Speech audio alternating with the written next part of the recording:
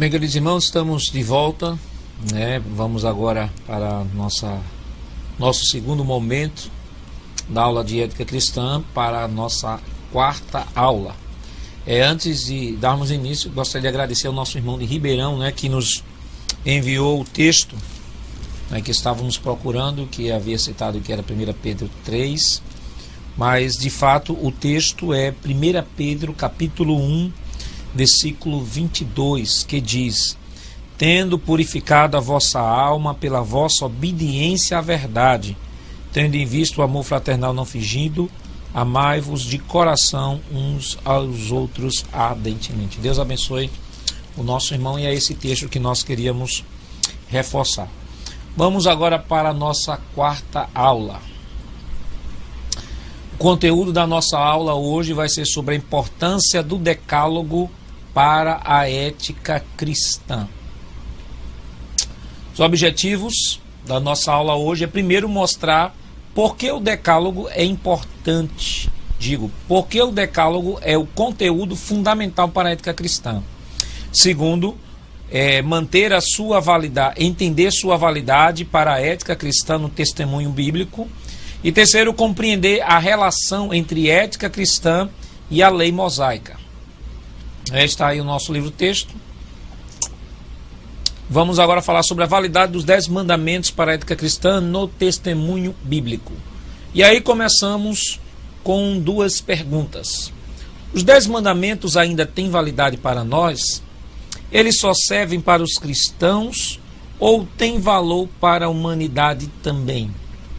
Volta aqui, Billy. Então nós iniciamos a nossa aula hoje com esta pergunta: será que os 10 mandamentos têm validade ainda hoje? Será que com a introdução da graça, vindo a pessoa do nosso Senhor Jesus Cristo, nós estamos vivendo o momento da graça? Será que este momento da graça anula completamente os 10 mandamentos? Porque os 10 mandamentos diz respeito à lei, diz respeito ao tempo de Moisés, e que hoje não mais se aplicam? Ou será que os 10 mandamentos se aplicam ainda hoje, mas se aplicam exclusivamente aos cristãos? Ou será que o mandamento se aplica hoje, mas não se aplica apenas aos cristãos, se aplica também a toda a sociedade de um modo geral? Então, neste tópico nós vamos refletir um pouco e discutir sobre a validade dos 10 mandamentos para a ética cristã no testemunho bíblico. A ética cristã dos 10 mandamentos, a validade dos 10 mandamentos para a ética cristã no testemunho bíblico, nós temos aqui 3 principais pontos. Tela cheia, Billy, por favor. Nós temos aqui: os 10 mandamentos valem para o povo de Deus, ao qual foram dados. Falamos aí do povo de Israel. Os 10 mandamentos foram dados ao povo de Israel. Nós temos aí Deuteronômio 4, 1 e 2 e Salmo 147, 19 e 20. Os 10 mandamentos são também recomendados para todos os homens como expressão clara do bem. Deuteronômio 4 e 6 e Eclesiastes 12 e 13. E também os 10 mandamentos são a moldura da ética cristã. E aí nós vamos discutir um pouquinho mais. Volta aqui, Billy, por favor. Então, respondendo à pergunta na abertura desta aula, a ética, os 10 mandamentos servem para o povo de Deus. Estamos falando do povo de Deus aqui sentido Israel, Antigo Testamento. Os 10 mandamentos servem também para a sociedade e servem também para a ética cristã. Vamos aprofundar um pouquinho mais essa discussão, ok? Num contexto imediato foram dados a Israel. Vamos abrir aí nossas Bíblias. Abra a sua Bíblia aí rapidamente. Salmo de número 147. Salmo de número 147, versos 19 e 20. Diz assim: mostre a sua palavra a Jacó, as suas leis e seus preceitos a Israel. Não fez assim a nenhuma outra nação. Todas ignoram os seus preceitos. Aleluia.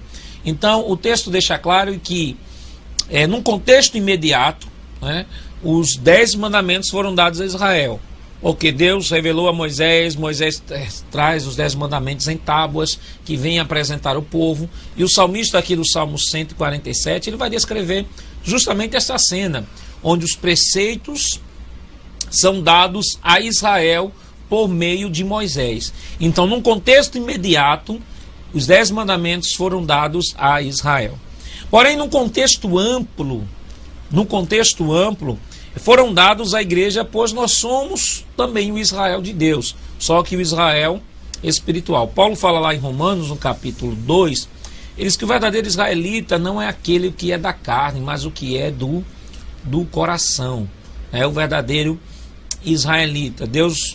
Paulo ainda falando aos Efésios 2, deixa claro que nós fomos unidos juntamente com os judeus em um só corpo.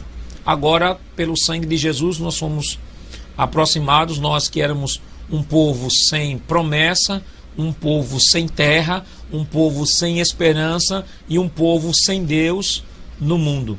Aí ele diz, o sangue de Jesus nos fez um povo, nos deu esperança, nos deu o direito de sermos chamados família de Deus, povo de Deus, e agora filhos de Deus pelo poder do sangue de Jesus.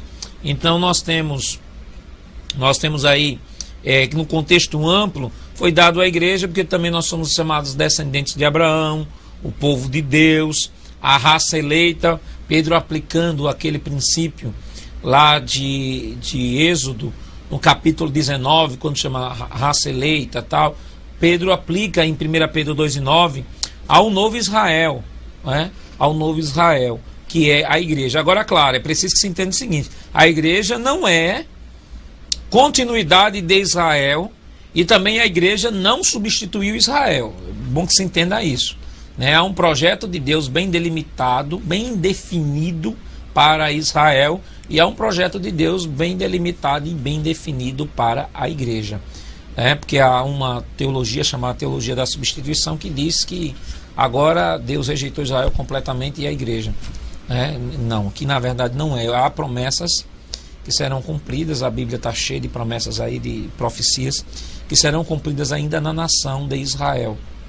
Mas que nós, como igreja, participamos do corpo de Cristo, há promessas específicas para nós como um corpo de Cristo, e também somos considerados a nação de Deus, o Israel espiritual, nas palavras de Paulo, que o verdadeiro Israel não é aquele que é da carne, mas o que é do coração.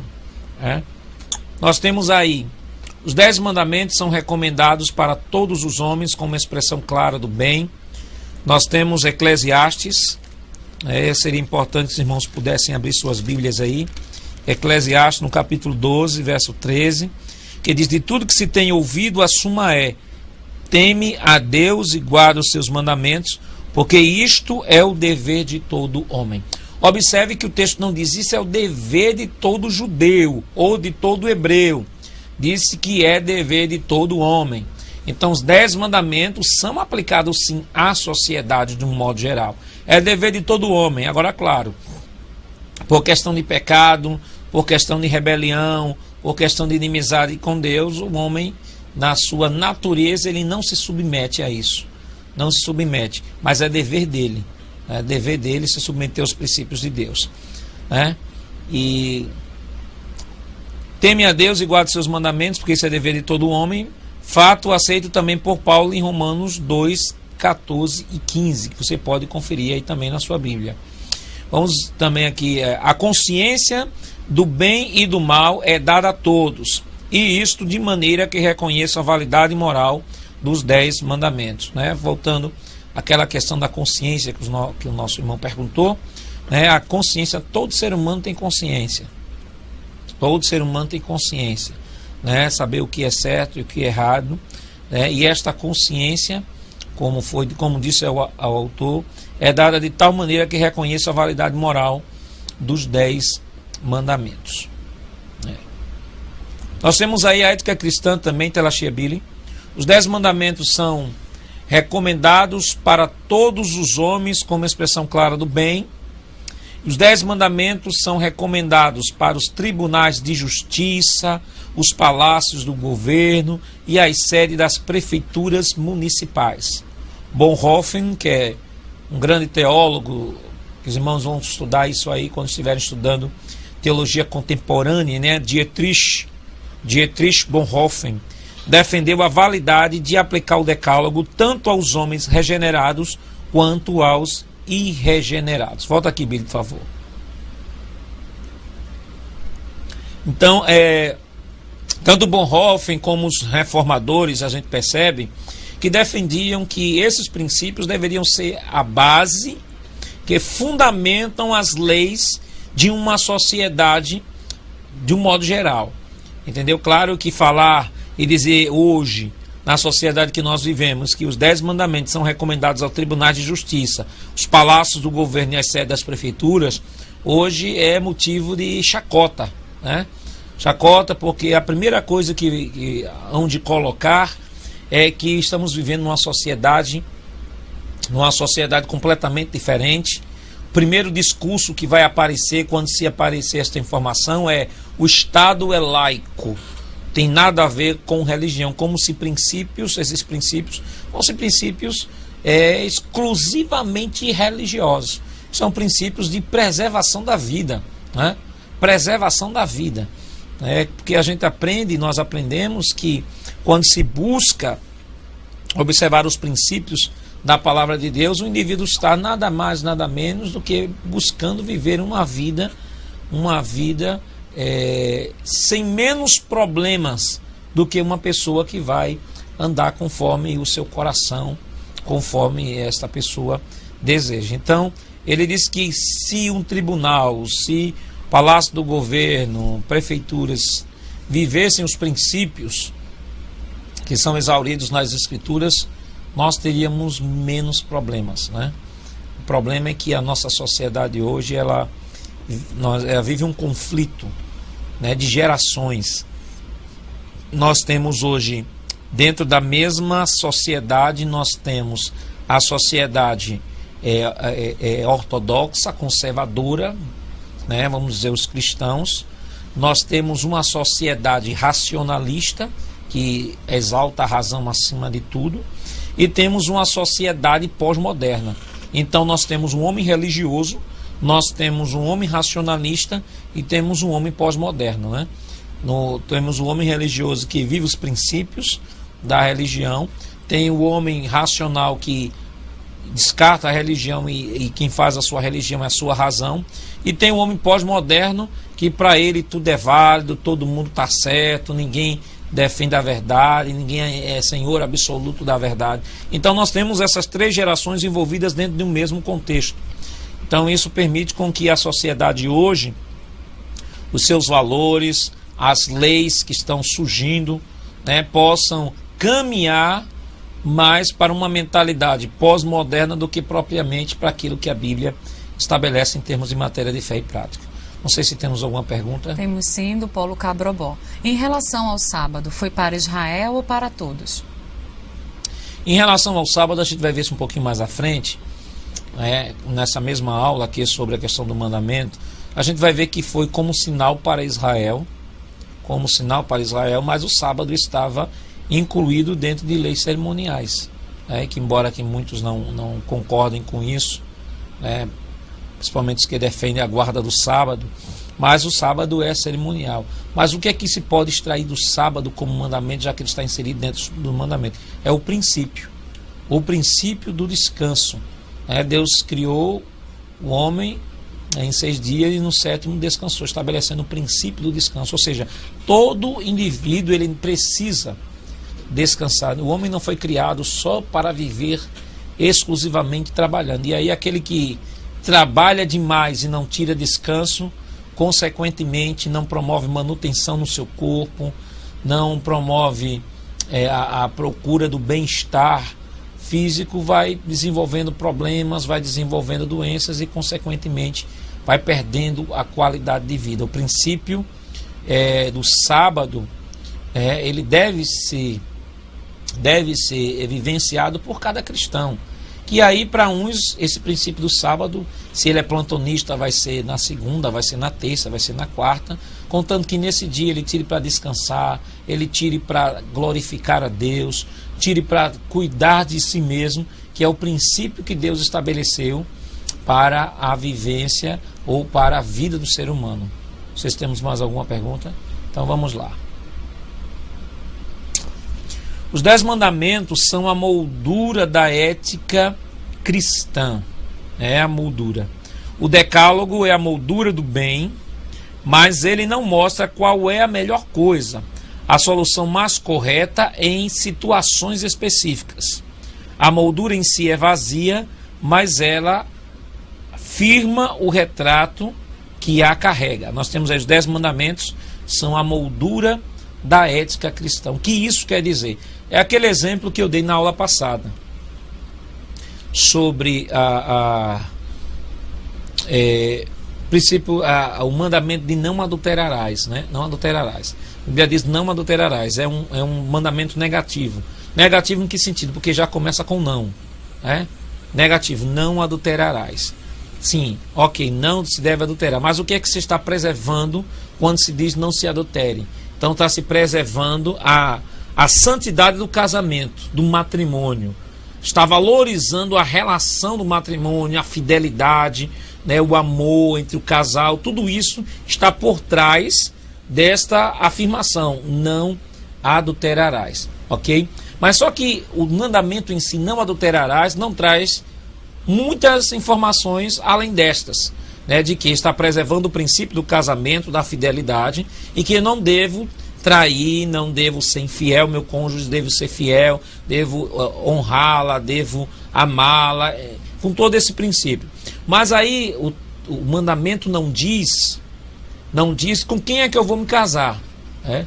E aí isso já parte para a ética cristã. É por isso que os 10 mandamentos é moldura, né? É moldura porque ela afirma o que está na ética cristã, serve como base, mas a ética cristã é que vai ser o retrato. É que vai ser o retrato que vai descrever com quem eu devo me casar. E aí vai o princípio de Paulo, lá na primeira carta aos Coríntios, que os irmãos bem sabem, né, as orientações que Paulo dá para se buscar uma pessoa a quem se quer casar e viver uma vida, constituir um matrimônio conjugal, né, e viver uma vida conjugal. Ok? Temos alguma pergunta? Então vamos lá. Os 10 mandamentos são a moldura da ética cristã. Eu queria que todos os irmãos, agora no polo, pudessem ler comigo, em voz alta e muito bonito, em alto e bom som. Vamos lá, a ética cristã, vamos lá, 1, 2, 3. A ética cristã está baseada nos 10 mandamentos, mas é determinada e decidida pelo amor, guiada e direcionada pelo Espírito Santo e cumprida em Cristo. Volta aqui, Billy, por favor. Então, observe, a ética se baseia nos 10 mandamentos, ok, mas ela é determinada e decidida pelo amor, à luz de Romanos capítulo 13, versículo 8. Guiada e direcionada pelo Espírito e cumprida em Cristo. Então, não é apenas o decálogo que determina a ética cristã, não. O decálogo serve de base. Mas a ética cristã, a partir daquilo que se fundamenta no Antigo Testamento, vai buscar respostas no Novo Testamento. E o que Paulo vai trazer como explicação em suas epístolas, o que Pedro vai trazer como explicação em suas epístolas, o que Tiago vai trazer, o que João vai trazer, é nada mais, nada menos do que o princípio que Deus já havia revelado lá no Antigo Testamento. Apenas trazendo o esclarecimento, trazendo a iluminação, vamos assim dizer, a revelação também e a iluminação daquilo que Deus havia orientado. Observe que Jesus, sobre o casamento, Jesus disse, olha, no princípio não era assim, quando vai falar sobre o divórcio. No princípio não era assim, né? Ele deixará o seu pai e a sua mãe, e unir-se a sua mulher, e serão ambos uma só carne. Veja que mesmo Jesus vivendo no primeiro século, o Senhor Jesus, ele vai reafirmar um princípio que Deus estabeleceu lá na criação, em Gênesis. Então, é por isso que os 10 mandamentos é a moldura, porque ela afirma, é onde a ética cristã está baseada, mas é no Novo Testamento que a ética cristã vai buscar o seu material para a sua compreensão, para a sua definição e orientação para a sua prática diária. Não sei se temos mais alguma pergunta. Então vamos lá. O Decálogo como conteúdo da ética cristã no testemunho da Reforma. Rapidamente vamos passar por esse quadro, que nos escritos deixados pelos líderes da Reforma protestante no século XVI, percebe-se claramente que a lei de Deus, a lei moral, é o conteúdo principal da ética cristã.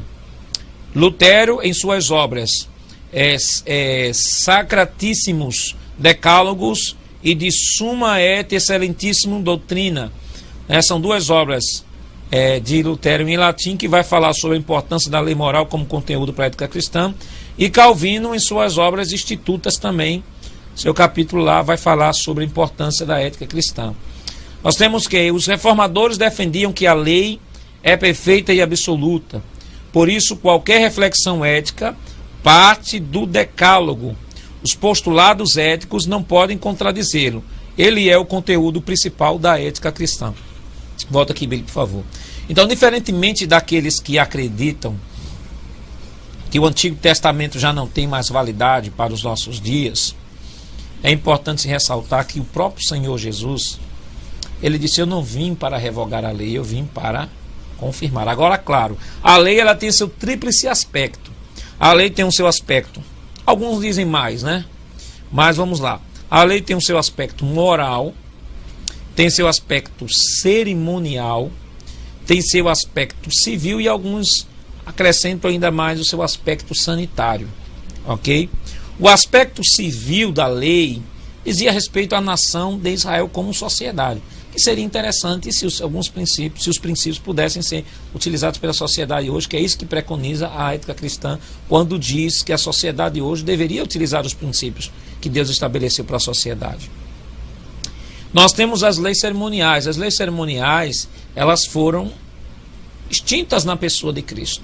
Cristo é o cumprimento de toda a lei cerimonial, então não há necessidade de se seguir mais lei cerimonial, não há necessidade de se matar mais boi, ovelha, para fazer sacrifício pelos pecados, que Jesus se ofereceu a si mesmo uma só vez pelos nossos pecados, segundo diz o escritor aos Hebreus.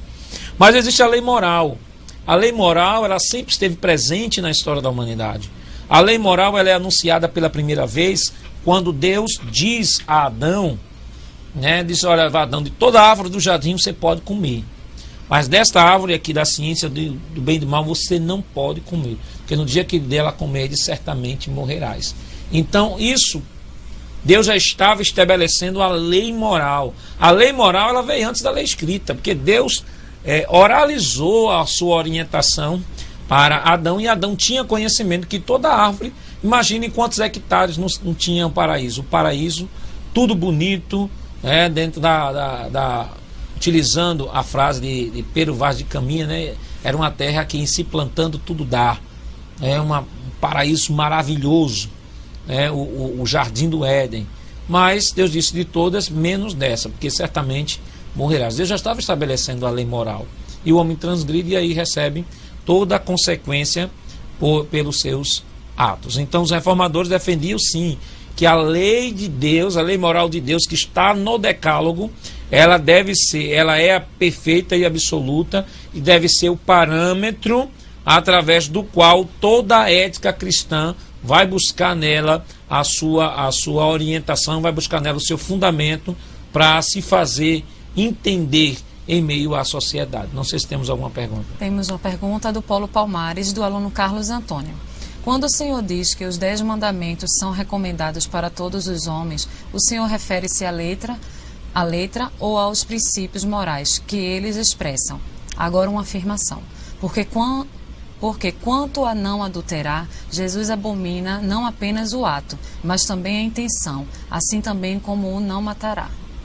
Não, quando nós estamos falando que a lei se aplica a todos os homens, estamos falando dos princípios morais, Os princípios morais que estão falando da lei moral de Deus. A lei moral, ela é universal, O que é pecado para o brasileiro, é pecado para o japonês, é pecado para o coreano, é pecado para o chinês, né? Matar é errado em toda parte do mundo, a não ser aqueles que fazem da morte uma profissão, ou fazem da morte a sua ideologia própria, né? Que são aqueles religiosos que tiram suas vidas, né, em prol da sua causa religiosa. Mas os princípios de Deus, eles sempre devem ser seguidos por toda a sociedade.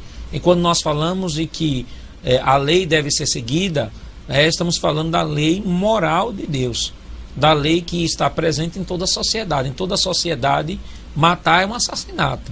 Em toda a sociedade existe o princípio de roubar, está errado, a defraudação ao seu irmão, ou desrespeito ao seu companheiro.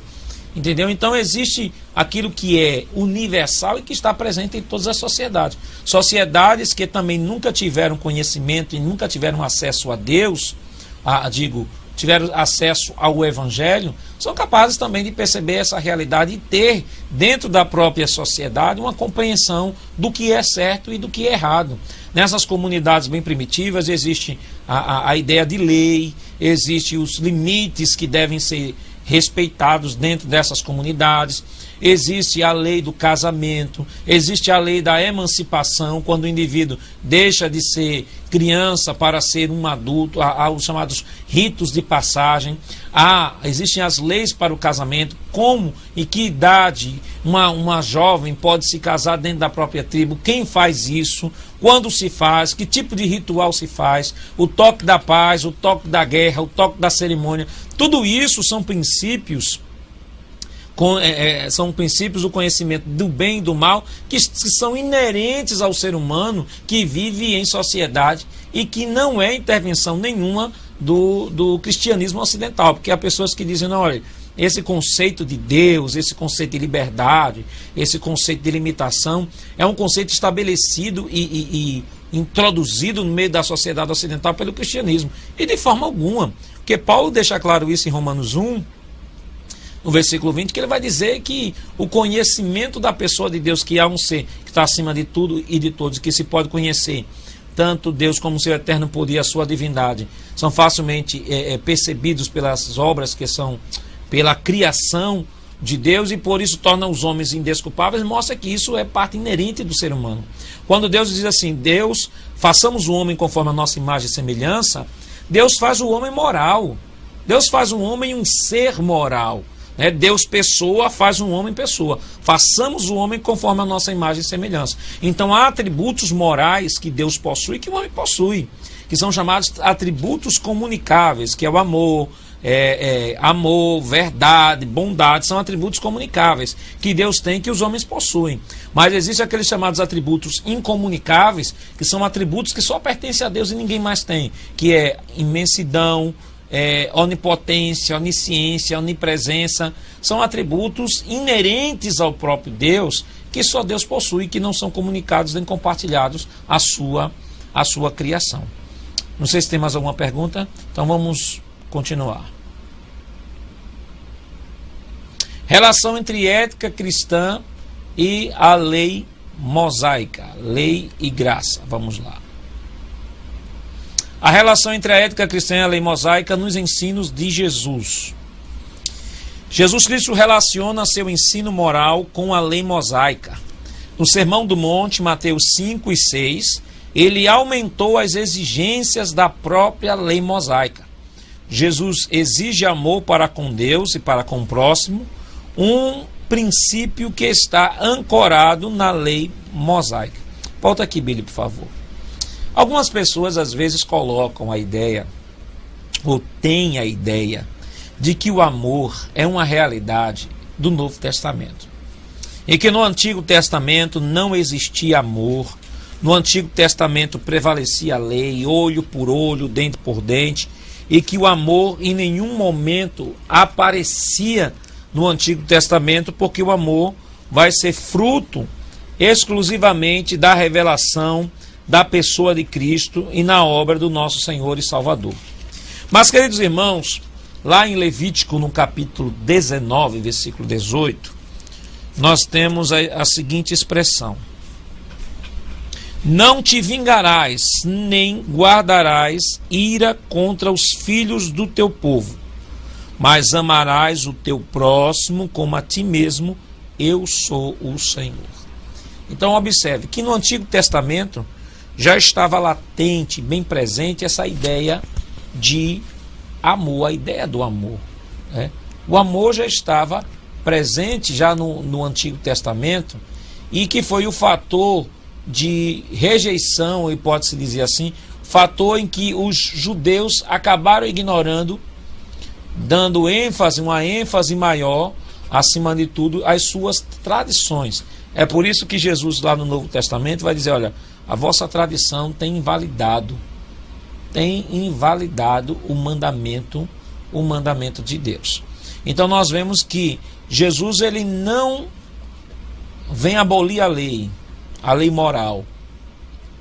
Jesus vem reafirmar, e aí, como o nosso irmão agora há pouco bem colocou, dentro da perspectiva do Novo Testamento, a exigência é ainda maior, porque o adultério no Antigo Testamento ele era punido, mas por sua consumação. Se um homem pensasse, o adulterasse no coração, dentro daquilo que a lei estabelecia para Israel, Israel nunca saberia disso. Nunca saberia, porque foi algo interior. O adultério só era punido no Antigo Testamento quando o ato consumado e testemunhas pudessem testificar, no mínimo 2 testemunhas. Então a mulher, não só a mulher, mas o homem também, era levado a juízo pelo tal ato realizado.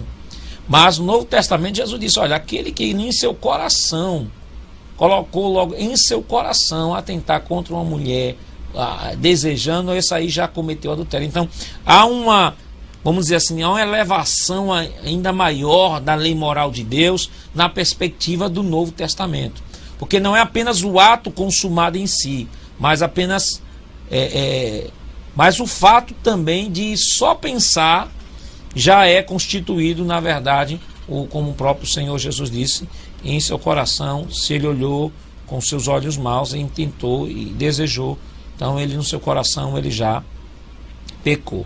Então o princípio do amor estava ancorado já no Antigo Testamento, já estava ancorado no Antigo Testamento, não é realidade do Novo Testamento, e está bem presente, está bem presente na vida do povo de Israel.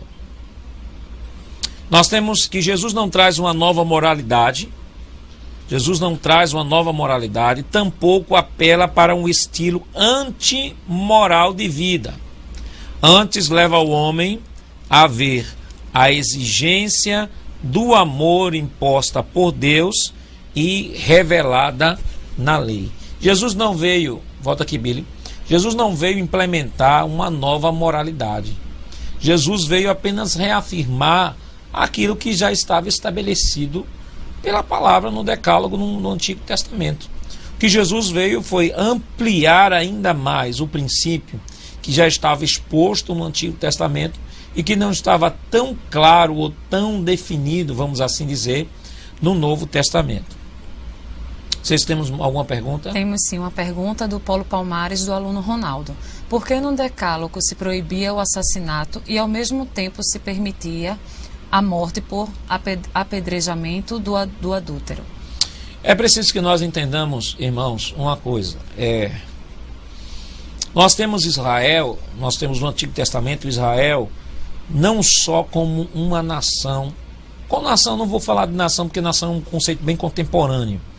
Vamos falar como uma sociedade, melhor, é um termo mais aplicável. Nós não temos Israel apenas como uma comunidade espiritual, mas quando Deus cria Israel, Deus cria uma sociedade que deveria, a partir da revelação de Deus e dentro da lei que Deus revela a esta nação, normatizar e estabelecer as suas relações espirituais, sociais e econômicas. Ou seja, nós temos uma sociedade constituída. E como sociedade constituída, havia questões que, trazendo para a nossa realidade, eram questões de alinhamento civil, de problemas civis, não necessariamente problemas espirituais, né? Problemas como roubo, problemas como adultério, etc., eram situações que deveriam ser avaliadas, deveriam ser julgadas e julgadas segundo a lei.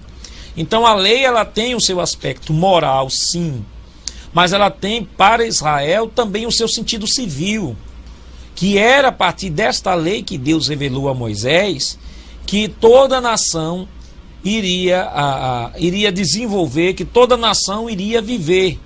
Questões relacionadas ao dia a dia, questões relacionadas com o vizinho, questões relacionadas com outras pessoas, questões relacionadas com propriedade, relacionadas com família, tudo isso deveriam ser julgadas. Observe que lá em Êxodo 18, mostra Moisés fazendo isso sozinho.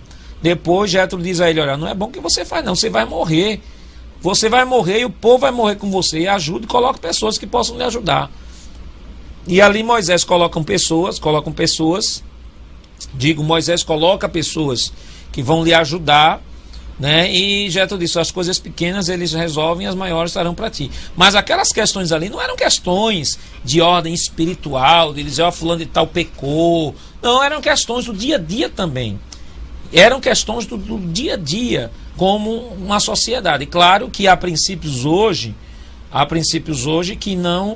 que não mais se aplicam, né? Não mais se aplicam à sociedade de Israel. Se você que estuda um pouco sobre Israel, você vai ver que a sociedade hoje hebraica, judaica, é completamente diferente. Até os princípios da formação, a questão dos partidos, é um estado parlamentar, tem diversos partidos, tem partidos liberais, tem partidos ortodoxos, ultra-ortodoxos, entendeu? Então não é aquele governo teocrático, aquele governo teocrático que nós temos no antigo Israel, onde Deus governava Israel por meio de líderes. Ali não há separação, não há ideia de separação de religião e Estado que se deu aqui no Ocidente. Não, religião e Estado era a mesma coisa, entendeu? Então, as leis que eram aplicadas no Antigo Testamento era Israel como sociedade civil,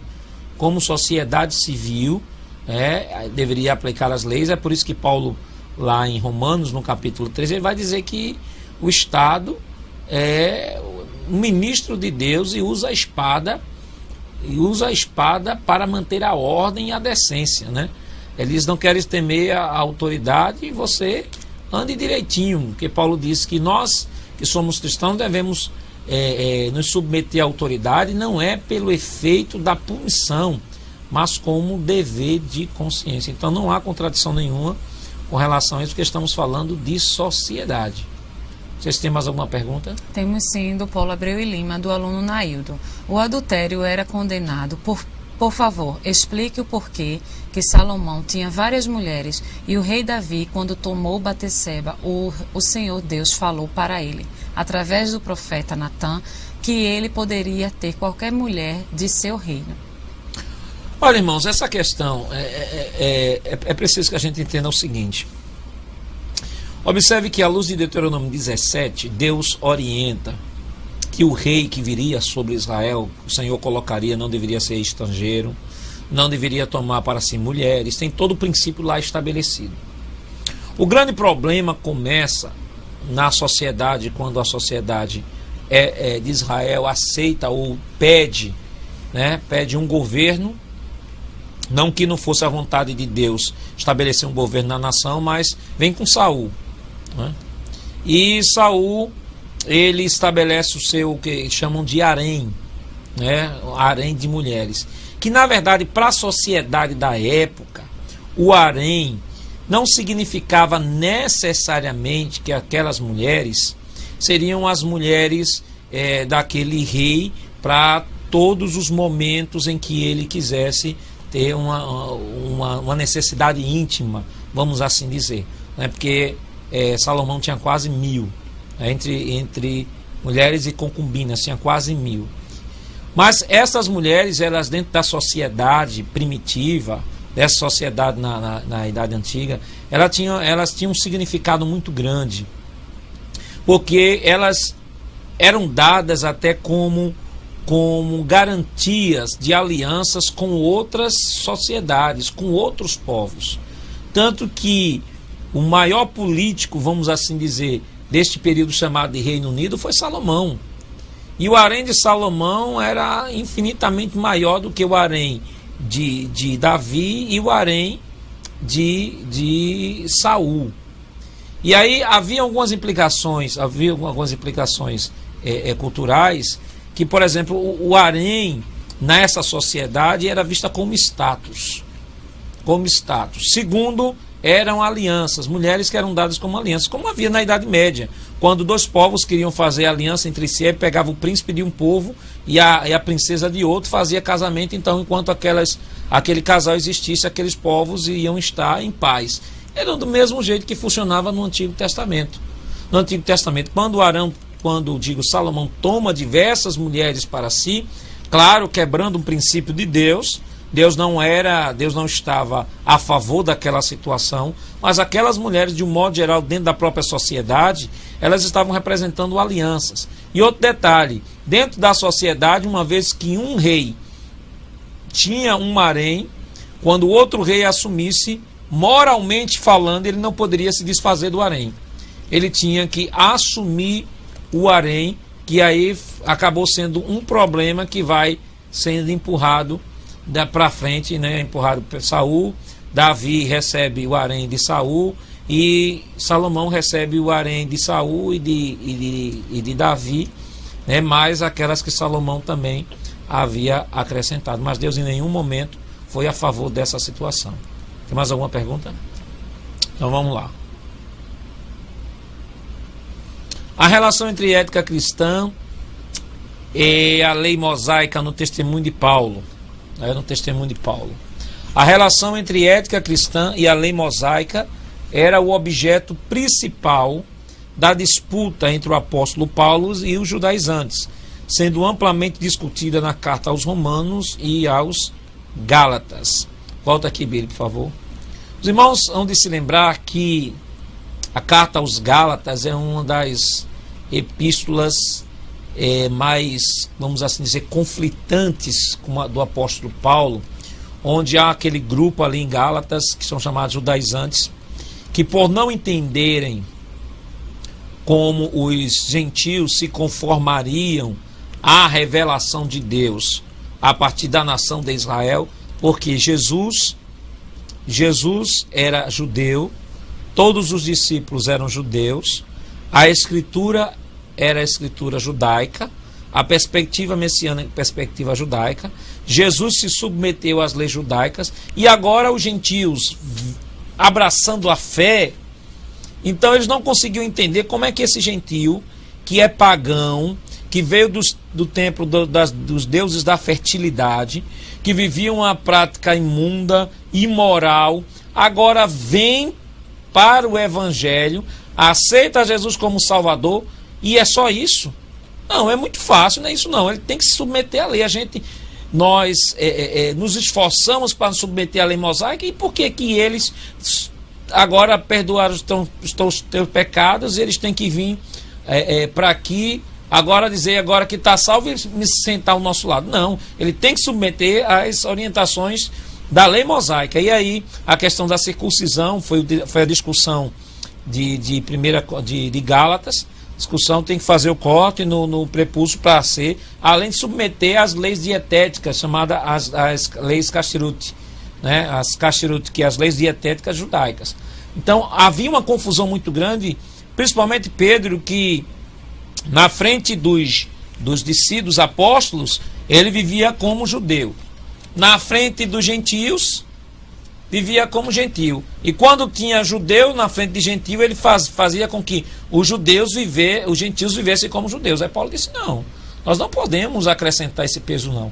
E aí foi a discussão para Atos capítulo 15, e chegando em Atos capítulo 15 foi definido, né, que não se pode botar um peso além daquele peso que nem os nossos pais puderam suportar. Então havia uma discussão muito grande até onde os judeus, até onde os cristãos, melhor dizendo, os cristãos deveriam se submeter ou não aos rituais mosaicos, à lei de Moisés. Era ético eles se submeterem ou não deveriam se submeter? Então foi a discussão de 1 Coríntios 15, onde teve aquelas 3 conclusões, né? No final, de não comer carne sufocada, não tomar sangue, fugir das relações ilícitas e tal, entendeu? Então, havia essa discussão. Isso tanto em Gálatas como em Romanos, quando Paulo vai falar sobre a lei da consciência, a lei da liberdade cristã, que você não deve condenar aquele que come carne, legumes. E aqui havia essa discussão. Tinha cristãos que comiam carne, tinha outros que comiam só legumes. Os que comiam legumes condenavam quem comia carne, porque cristão não deve comer carne. Aí o que comia carne dizia não, cristão não deve comer legumes. E aí ficava esse problema, e Paulo entra nessa intervenção para mostrar a lei da liberdade. A lei da liberdade cristã a partir da consciência de nosso irmão. Então havia já essa discussão no seio da igreja no primeiro século. Temos alguma pergunta? Então vamos lá. Então, entre a relação entre ética cristã e a lei mosaica, vamos lá. No testemunho de Paulo, Paulo dizia que a lei de Deus é santa, justa, espiritual e boa. Paulo dizia que a lei também serve para a vida, que as pessoas que observam a lei viverão por ela.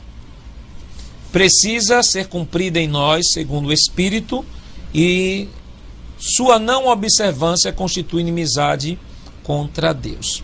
Observe esse terceiro ponto aí. As pessoas que a observam viverão por ela. Volta aqui, Bíblia, por favor. Esse ponto aí, Paulo deixou claro de que qualquer indivíduo que pudesse viver a lei, poderia se submeter à lei, melhor dizendo, poderia viver por ela. Mas o grande problema é que, por conta do pecado, da natureza do pecado, este homem não conseguiria se submeter. E é por isso que a salvação é graça.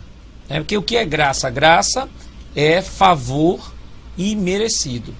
Se eu pudesse me submeter à lei, eu viveria por ela, e a salvação não seria graça. Salvação seria dívida.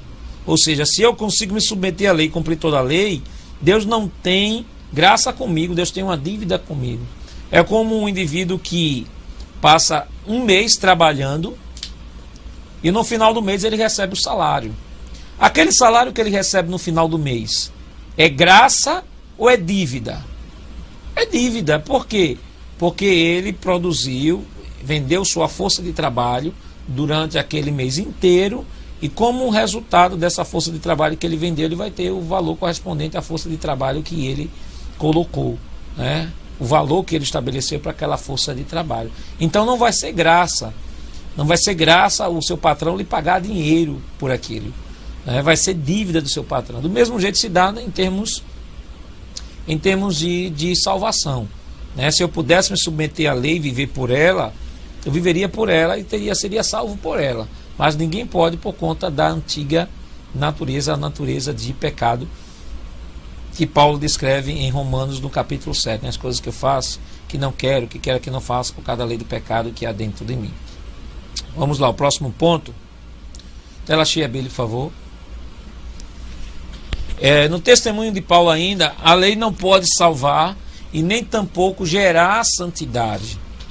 Por quê? Porque a lei está enfraquecida pela carne. Pode apenas revelar nossa pecaminosidade. Só por meio do sangue de Jesus é possível ganhar a justiça de Deus através da lei. Volta aqui, Billy, por favor. Então, o objetivo da lei era mostrar o que é pecado, era revelar a santidade de Deus, mostrar o que é transgressão, mostrar o nosso estado e, acima de tudo, nos indicar a pessoa de Cristo. Ela é boa, a lei é boa em sua essência porque ela revela o caráter de Deus e a vontade de Deus. Mas ela é ineficaz por si só, vamos assim dizer, para transformar o homem por conta da natureza do pecado. E aí é por isso que aqui no tópico nós dissemos, ela é enfraquecida pela carne, porque pode apenas revelar nossa pecaminosidade. Ela é enfraquecida pela carne, por conta. Carne aqui, sentido, não corpo, não soma, né, mas sarx, né? Soma é o corpo físico, sarx é a natureza humana. E aí, como temos a palavra aí, carne, estamos falando de sarx e não de soma, certo? Então, só por meio do sangue de Jesus é que é possível ganhar a justiça de Deus através da lei. Por quê? Isso foi uma conquista realizada por Cristo lá na cruz do Calvário. Cristo conquista isso, oferecendo sua vida, viveu uma vida sem pecado, uma vida impecável, se ofereceu para pagar a conta, pagar o alto preço, e que no mérito dele a gente obtém a salvação da nossa vida e o perdão dos nossos pecados. Nós temos aí redescobrindo o redescobrimento do decálogo na Bíblia. Mas antes disso, temos alguma pergunta? Ainda não, né? Então, vamos lá discutir o redescobrimento do decálogo na Bíblia. Em primeiro lugar, o erudito Stephen Kaufmann argumenta que Deuteronômio 12 a 26 apresenta uma estrutura composta em concordância com o decálogo, como apresentado em Deuteronômio 5. E aí nós vamos para esta tabela aí. Nessa tabela temos aí Deuteronômio 5 e Deuteronômio 12 ao 25, ou 26, né? Já é o finalzinho. Então nós temos aí Deuteronômio 5, 6 a 10, equivalem ao mandamento, ao primeiro e o segundo mandamento, que também está em Deuteronômio capítulo 12, versículo de 1 a 31, que descreve a adoração. Aí nós temos Deuteronômio 5 e 11, que equivale ao terceiro mandamento, que já em Deuteronômio 13, esse terceiro mandamento está em Deuteronômio 13, capítulo 13, versículo 1, até o capítulo 14, versículo 27, e está expressando o nome de Deus. Em Deuteronômio 5, 12 ao 15, nós temos aí a reprodução do quarto mandamento, que está reproduzido no capítulo 14, 28 a 16, capítulo 16 ao versículo 17, que vai falar sobre o sábado. No capítulo 5, versículo 16, nós temos o quinto mandamento, do capítulo 16 ao capítulo 18, vai falar de autoridade. O capítulo 5 e 17 corresponde ao sexto mandamento, que vai corresponder ao capítulo 19 até o 22 de Deuteronômio, que vai falar sobre homicídio. Capítulo 5, versículo 18, refere-se ao sétimo mandamento, que vai ser reproduzido lá em Deuteronômio 22 ao 23, vai falar sobre adultério. Capítulo 5, versículo 19, vai reproduzir o oitavo mandamento, que vai do capítulo 23 ao capítulo 24, que vai falar sobre o roubo. Capítulo 5 de Deuteronômio, versículo 20, vai reproduzir o nono mandamento, que é Deuteronômio 24 ao 25, vai falar sobre o falso testemunho. E o capítulo 5, versículo 21, vai reproduzir o décimo mandamento, que vai ser reproduzido por Deuteronômio 25, 5 a 16, que vai falar sobre a cobiça. Então, volta aqui, Billy. Então nós temos aí Êxodo 20, Deuteronômio capítulo 5 e Deuteronômio capítulo 12 ao 25, que vai reproduzir o decálogo, os 10 mandamentos da lei do nosso Deus. Bota aqui, Billy, tela cheia. Com exceção do quarto mandamento, que se refere à observância do sábado, encontramos todos os 10 mandamentos em sua forma inibidora ou negativa e positiva ou construtiva no Novo Testamento. E o que é, volta aqui, Billy, e o que é forma inibidora? Forma inibidora é aquela forma que eu falei aos irmãos, é a forma negativa, onde o mandamento começa: não roubarás, não adulterarás, começa com não. Então, forma inibidora. E a forma construtiva é quando se parte do mandamento positivo. Vou dar um exemplo. Por exemplo, quando eu digo não adulterarás, estou partindo do mandamento, da proibição de Deus em não adulterar, mas de forma negativa, porque já estamos começando com não. Ok? Mas esse mandamento poderia ser dado de maneira positiva. E como é que esse mandamento poderia ser dado de maneira positiva? Poderia ser dado de maneira positiva dizendo a seguinte expressão: ame a sua esposa e seja fiel a ela. Ame a sua esposa e seja fiel a ela. Pronto, seria o mandamento não adulterarás de maneira redigida de maneira positiva. E esse seja, ame a sua esposa e seja fiel a ela, se fôssemos transportar para uma forma inibidora do mandamento, seria não adulterarás. Então observe, tanto uma expressão como outra, em essência querem dizer a mesma coisa, mas não adulterarás parte da forma inibidora do mandamento, e a ame sua esposa e seja fiel a ela parte da forma construtiva do Novo Testamento. Então, uma forma mais positiva. Vocês têm alguma pergunta? Então, vamos lá. Tela cheia, Billy, por favor. Então, observe, nós falamos e citamos o Antigo Testamento, citamos Deuteronômio capítulo 5 e Deuteronômio capítulo 12 ao 25, como forma de reprodução e de reprodução lá do decálogo de Êxodo 20. E agora, no Novo Testamento, nós temos referências correlatas no Novo Testamento. Referências correlatas a cada mandamento que nós vemos no decálogo. Olha, o decálogo lá de Êxodo 20, que é reproduzido em Deuteronômio 5, que é reproduzido em Deuteronômio 12 ao 25. Agora, no Novo Testamento, nós temos estas passagens que estarão reproduzindo estes mandamentos do Antigo Testamento, agora no Novo Testamento, nestes livros que nós estaremos citando. Observe, o primeiro e segundo mandamento, nós podemos ver em 1 João capítulo 5, versículo 21. O terceiro mandamento em Tiago 5 e 21. O quarto mandamento, qual é o quarto mandamento? O quarto mandamento é a guarda do sábado. Observe que não há nenhuma referência no Novo Testamento para a guarda do sábado. Deus não orientou a guarda do sábado. O quinto mandamento, Efésios 6, 1 a 3. O sexto mandamento, Romanos 13, 9. O sétimo mandamento, 1 Coríntios 6, 9 e 10. O oitavo mandamento, Efésios 4 e 28.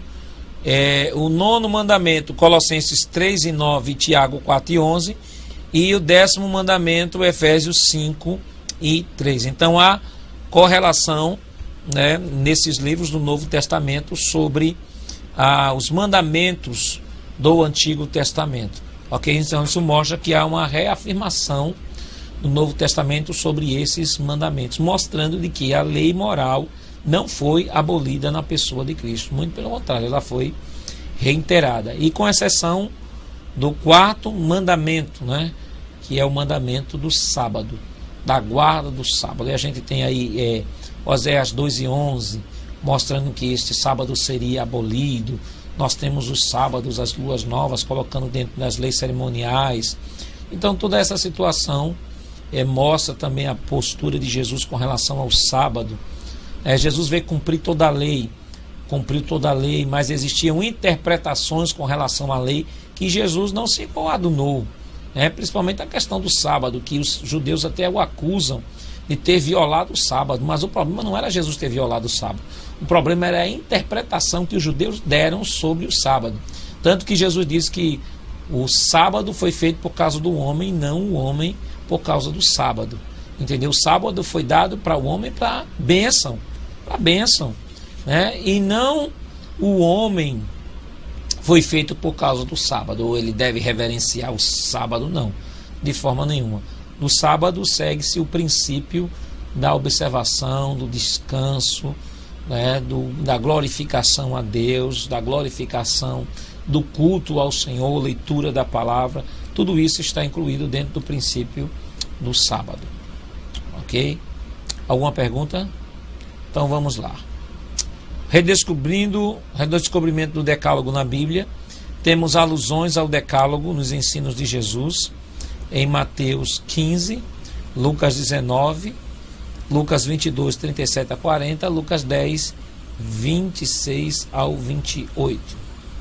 Vamos lá. A divisão do decálogo, o autor do livro enumera as duas divisões, né? Ele fala sobre a divisão católica romana e as igrejas luteranas, e fala também sobre as igrejas ortodoxa russa e grega, juntamente com as reformadas e os anabatistas, seguindo a divisão proposta por Orígenes, Agostinho, Bonifácio e Calvino. Bota aqui, Billy, por favor. Então, o que o autor coloca aqui é a divisão do decálogo, como esse decálogo deveria ser dividido. Mas aqui, tanto a primeira visão como a segunda visão, a divisão é apenas uma questão metodológica, não vai acrescentar nem diminuir. É apenas a maneira como cada grupo pensou, como cada grupo dividiu e organiza essas informações que estão contidas no decálogo. Lembrando que essas divisões não são divisões canônicas, ou seja, Deus é que orientou que se dividisse dessa forma. Não, de forma nenhuma. Isso são divisões pedagógicas que os grupos fazem para tentar melhor compreender, né, a disposição das informações no texto e ao nível da revelação de Deus na vida de cada um no Antigo Testamento. Nós temos aí o esboço do decálogo, a primeira opção. Na primeira opção, que é a opção da Igreja Romana, né, você tem, melhor dizendo, nessa primeira opção aí, da maneira como, não é visão romana, não, me perdoe, é o esboço do decálogo. Na primeira opção, da maneira como se organiza, o primeiro ao terceiro mandamento, Êxodo 20, versículo 2 a 7, fala da relação direta com Deus. Versículo 4, quarto mandamento, melhor dizendo, versículos 8 ao 11, relação correta com o trabalho. E quinto ao décimo mandamento, versículos 12 ao 17, relação correta com a sociedade. Há um segundo esboço do decálogo, né, que vai falar sobre o mandamento, e aí é uma outra forma de dispor a informação, né? Nós temos aí o primeiro mandamento 1 ao 3, versículo 2 ao 7, fala sobre a moral teológica. 4 ao 6, que é os versículos 8 ao 14, moral individual. E 7º ao 10º mandamento, que é do versículo 15 ao 17, fala sobre a moral social. Não sei se tem alguma pergunta. Temos sim, do Paulo Abreu Lima, do aluno Josemias. Podemos afirmar que do 1º ao 4º mandamento fala do relacionamento de Deus com o homem, e do 5º ao 10º fala do relacionamento do homem com Deus. Sim, isso é mais uma forma de dividir, né? De dividir os 10 mandamentos. Porque aqui nós temos, no anterior, nós temos do 1 ao 3 relação com Deus, o 4 relação correta com o trabalho, e 5 ao 10 relação correta com a sociedade. Não tem nenhuma, vamos assim dizer, nenhuma divisão ortodoxa, pode-se assim dizer, ou dizer assim, uma divisão canônica, dizer que tem que ser dividido dessa forma. Mas, de um modo geral, em linhas gerais, essa divisão que o irmão colocou está correta, não há dificuldade nenhuma com isso. Mais alguma? Temos mais uma do Paulo Ribeirão. Qual a profundidade sobre o trabalho do sábado daquela época e sua referência para hoje com relação ao sábado? Aluno Ari. Repita aí, por favor, eu não compreendi. Qual a profundidade sobre o trabalho do sábado daquela época e sua referência para hoje com relação ao sábado? Olha, quando nós falamos do sábado para Israel, Deus estabeleceu como aliança. No Novo Testamento, além daquilo que Deus estabeleceu, os irmãos sabem que foi acrescentado 613 preceitos. O Talmud acrescentou 613 preceitos, e quando Jesus chega no Novo Testamento, ou no primeiro século, nós temos comunidades hebraicas ou judaicas vivendo, na verdade, mais da tradição do que propriamente do mandamento. Então foram incorporadas compreensões à questão do sábado, que o sábado não se podia trabalhar, sábado não se podia fazer nada. E quando o Senhor Jesus vai curar, e quando o Senhor Jesus vai realizar milagres no sábado, ele é automaticamente criticado. Então, aí é que o Senhor Jesus disse que o homem foi feito que o sábado foi feito por causa do homem, e não o homem por conta do sábado.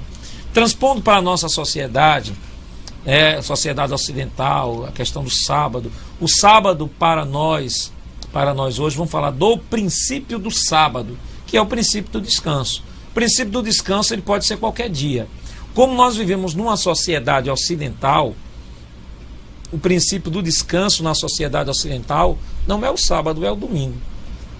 No domingo, na sociedade ocidental, não se tem muito trabalho, As pessoas geralmente as pessoas descansam, porque há pessoas que trabalham de domingo a domingo, E as pessoas que trabalham de domingo a domingo, o princípio do sábado para essas pessoas é justamente no seu dia de folga, quando elas folgam. Quando elas folgam, elas estão, na verdade, vivenciando o princípio do sábado. Se vivêssemos em uma sociedade muçulmana, esse dia seria a sexta-feira, porque a sexta-feira, na sociedade muçulmana, é o feriado que corresponde ao nosso domingo. Se vivêssemos na sociedade de Israel, Israel é o sábado, considera o sábado, e no sábado não se faz nada.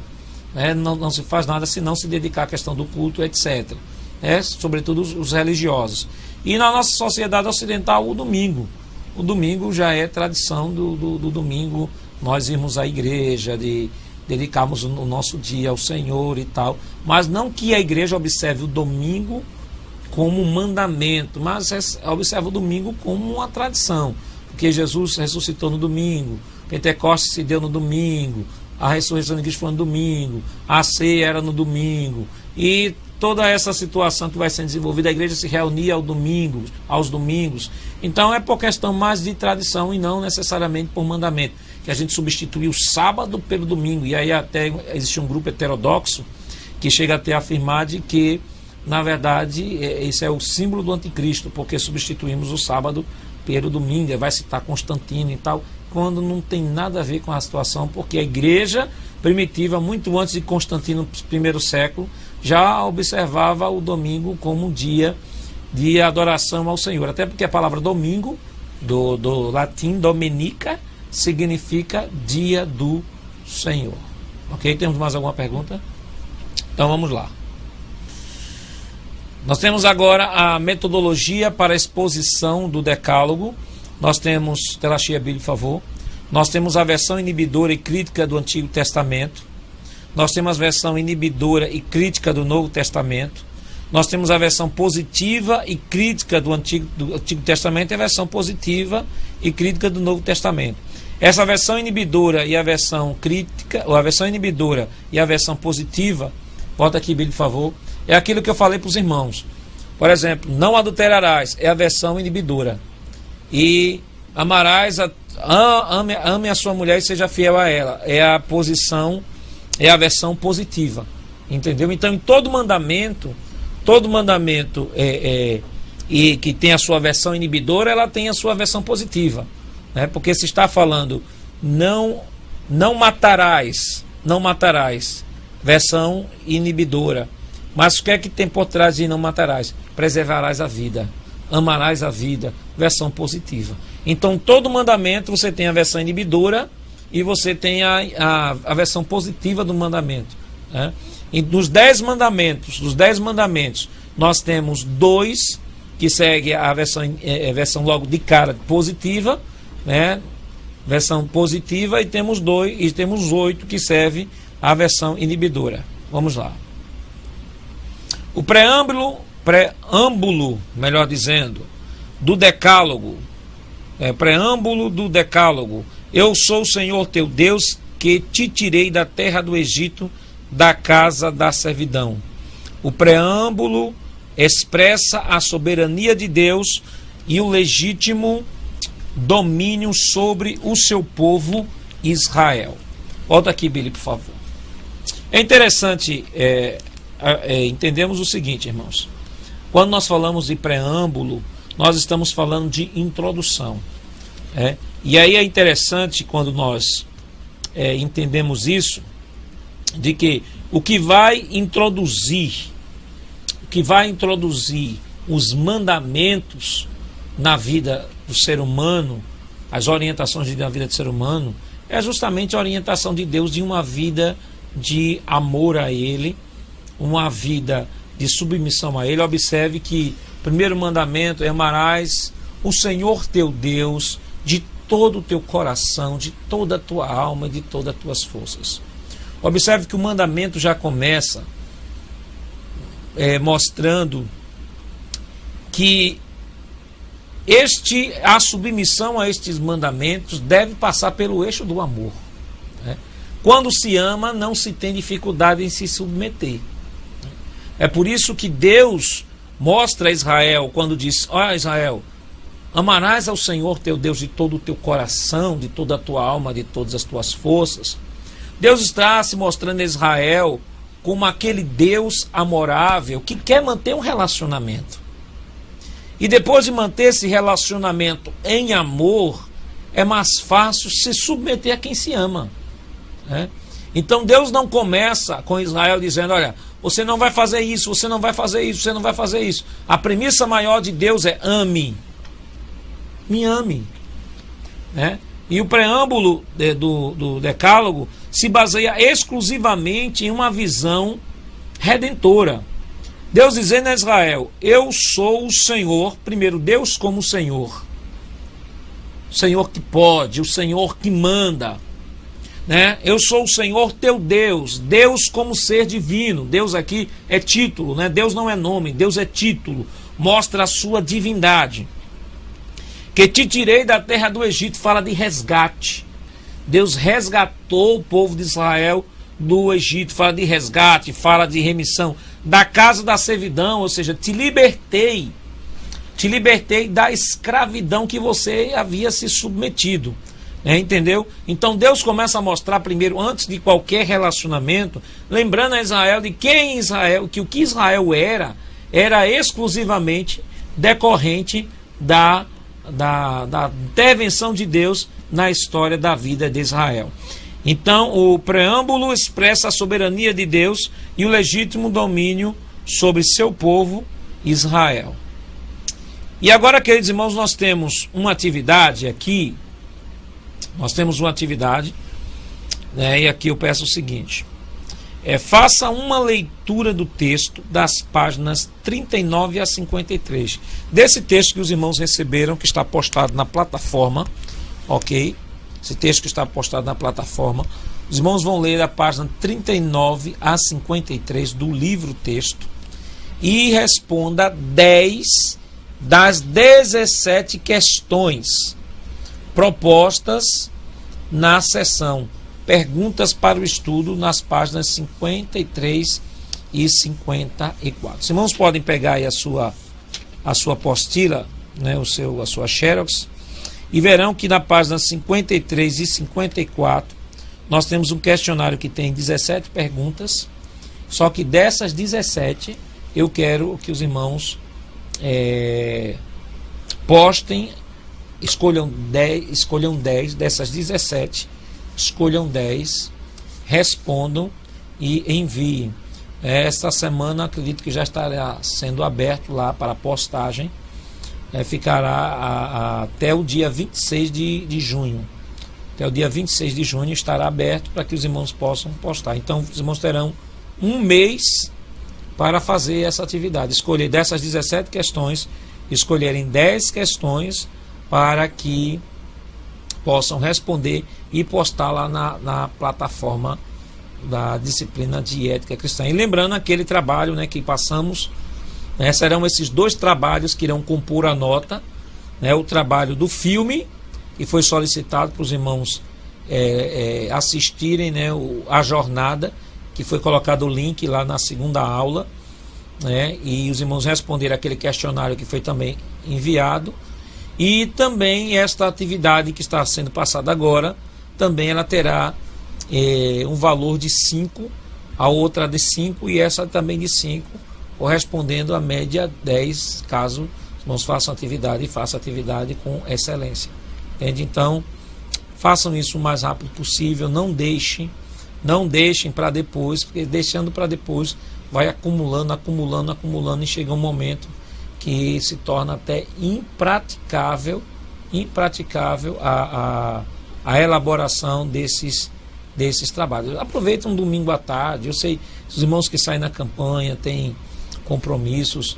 Vejam um domingo à tarde, tire pelo menos um domingo à tarde. Entre na internet, assista o filme A Jornada, responda o questionário. O filme tem mais ou menos 1h10, 1h20. Assistam o filme, responda o questionário, já poste na plataforma, depois no outro domingo. Escolha mais um domingo também para fazer isso, já que os irmãos trabalham muito, tem muitas atividades, mas não deixe por última hora não, porque além da disciplina de ética cristã, você tem a disciplina de grego, você tem a disciplina de teologia sistemática, que também vão pedir atividades para compor a nota dos irmãos, e aí se deixar tudo para a última hora, vai haver ao invés de fazerem 2 atividades, vão fazer 6, que eu acredito que os outros professores também devem estar pedindo no mínimo umas 2 atividades para compor a nota. Não sei se a gente tem mais alguma pergunta. Não, no momento não. Então, queridos irmãos, o que eu quero pedir aos irmãos é que refaçam a leitura desses capítulos que os irmãos já receberam, leiam, façam as observações. Nós estaremos juntos agora, os irmãos podem observar pela plataforma, que está posto aí na plataforma do EAD, estaremos juntos agora só no mês de julho. Me parece que é 5 de julho que nós estaremos juntos, então tem aí o mês de junho todinho, praticamente o mês de junho todo, para que os irmãos possam fazer essas atividades, possam também reler o capítulo. Nós estaremos também dentro de algumas semanas postando o restante dos capítulos, que na próxima aula nós estaremos aplicando, pegando 2 mandamentos, já que o tempo não nos permite.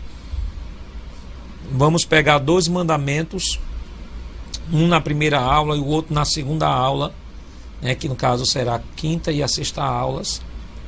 Estaremos aplicando um princípio na primeira aula e o outro princípio na segunda aula, para mostrar aos irmãos como na prática a aplicação dos 10 mandamentos funcionam na vida diária, sobre a ótica da ética cristã. Estaremos utilizando os 2 princípios, que é o princípio de não adulterarás, que aí correspondente a esse não adulterarás, aí vai entrar a discussão da prostituição, do celibato, do adultério em si, há muitas coisas que estão diretamente relacionadas a isso, e a questão de não matarás também estaremos trabalhando, e todos os assuntos relacionados a esse princípio, que entra a questão da guerra, a questão da pena de morte, a questão do infanticídio, a questão do aborto, a questão do suicídio. Então todos esses assuntos vão estar diretamente relacionados a não matarás, e os outros assuntos relacionados a esta também, que vai ser a nossa aula, nossa próxima aula lá no mês de julho, ok? Luciana. Agradeço a participação de todos, tenham um bom final de semana e até a próxima aula. E neste momento nós vamos orar em nome de Jesus, pedir a Ele a sua bênção sobre cada um dos irmãos, agradecer a participação dos irmãos, eu fiquei um pouco assim na primeira aula, que muitos irmãos não estavam participando, mas depois começou a fluir, não sei se de repente dormiram um pouquinho, mas depois tomaram um cafezinho e aí acordaram e puderam fazer as perguntas. Mas vamos orar para que Deus continue ajudando os irmãos, estejam firmes nesse propósito aí do nosso EAD, que Deus vai continuar os abençoando. Oremos. Pai, em nome de Jesus, te rendemos graças por tudo quanto nos concedeste neste dia, Senhor. Queremos pedir o teu favor, a tua bênção sobre cada um de nós, assim como nos trouxeste em paz, ó Pai. Leva-nos em paz para os nossos lares. Nos dá, Senhor, uma noite abençoada para a glória e louvor do teu nome. Em nome de Jesus nós te pedimos hoje para todo sempre. Amém.